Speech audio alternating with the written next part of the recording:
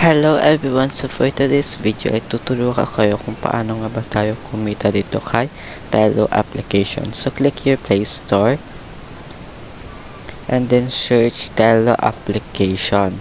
Search Telo application and then click Telo application and then install mag-install na kayo kapag wala pa kayo ng Telo application. So click na natin yung open. At ito na nga yung lalabas sa ating dashboard. So magsa-sign in po tayo. So sa akin po dito mayroon tayong Google, email, and sign in with account. So akin po Google lang po akin. So click Google. At kapag na-click nyo na nga ang Google guys, ito na nga yung lalabas. Ayan na siya. Pipili kayo ng inyong account. So, ito na nga kagad yung lalabas sa ating. So, pipil upan nyo lang yan ang information. Maglagay kayo ng name, country nyo, and then enter the invitation code. So, optional naman yung invitation code. So, mag-sign in na tayo. So, maglagay na tayo ng name natin. Ayan, lang po example, Ani. And then, country natin. Lagay natin yung ating country. So, click lang natin yan yung Philippines. Ayan. Philippines. And then, maglagay na tayo ng invitation code.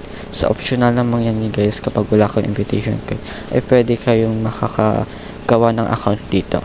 So, hanap tayo dito ng mga picture. Profile picture. Hanap lang tayo dito. And once na nakakuha na kayo ng picture nyo, so, ito na yung ating lalabas. So, click the next. And then, maglagay tayo ng birthday natin. So, ayan, maglagay lang tayo ng birthday. Mag-set up tayo.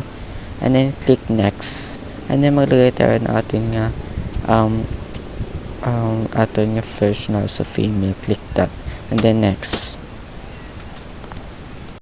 And then, nga guys, ito na nga yung ating account. So, ang mga task dito nga guys is mag-use kayo, mauupo kayo ng 1 hour, makukuha kayo ng 800k. So, for 7 days lang yun guys ha.